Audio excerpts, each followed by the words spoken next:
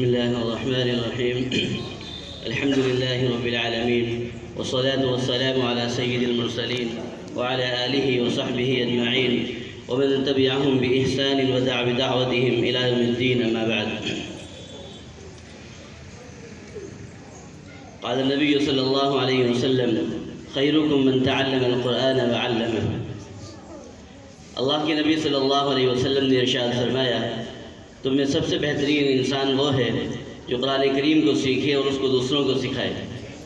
اللہ تعالیٰ نے قرآن کریم میں ارشاد فرمایا انما یخشی اللہ من عباده العلماء.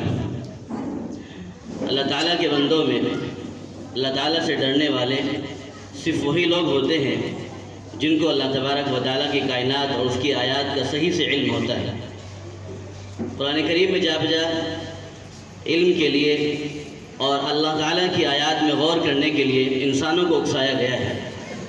ہم جب بھی اپنے قرب جوار میں، زمین پر، آسمان میں، ستاروں میں، خود اپنے جسم کے اندر اور تمام کی تمام ان چیزوں میں جن کو اللہ تبارک و تعالیٰ کی آیات کہا گیا ہے ان میں غور کرتے ہیں تو ہمیں نظر آتا ہے کہ ہمارا مالک، ہمارا خالق کس قدر طاقتور ہے اور کس قدر اس نے باریک بین سے اور دقیق انتظام سے اللہ تبارک و تعالیٰ نے بندوں کے لیے انتظامات فرمائے ہیں.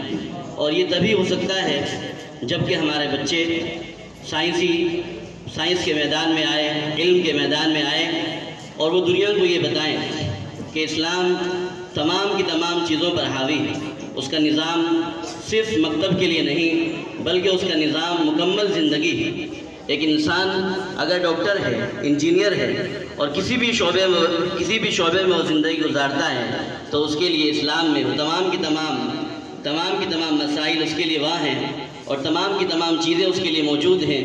اس کو کہیں بھی کوئی چیز ایسی نظر نہیں آتی جس میں نقص ہو، بلکہ چیز یہ ہے کہ لوگوں کے سامنے مسلمانوں کو اپنے اسلام کو صحیح طور پر پیش کرنا چاہیے. تو تمام لوگوں کی زندگی کا سامان اسلام میں موجود ہے. بڑی خوشی ہے اور بڑی مبارکباد ہیں وہ لوگ جو اس مدرسے کے منتظمین ہیں اور اس کو چلا رہے ہیں. اللہ تبارک و تعالیٰ ان کی زندگیوں میں برکت نصیب فرمائے.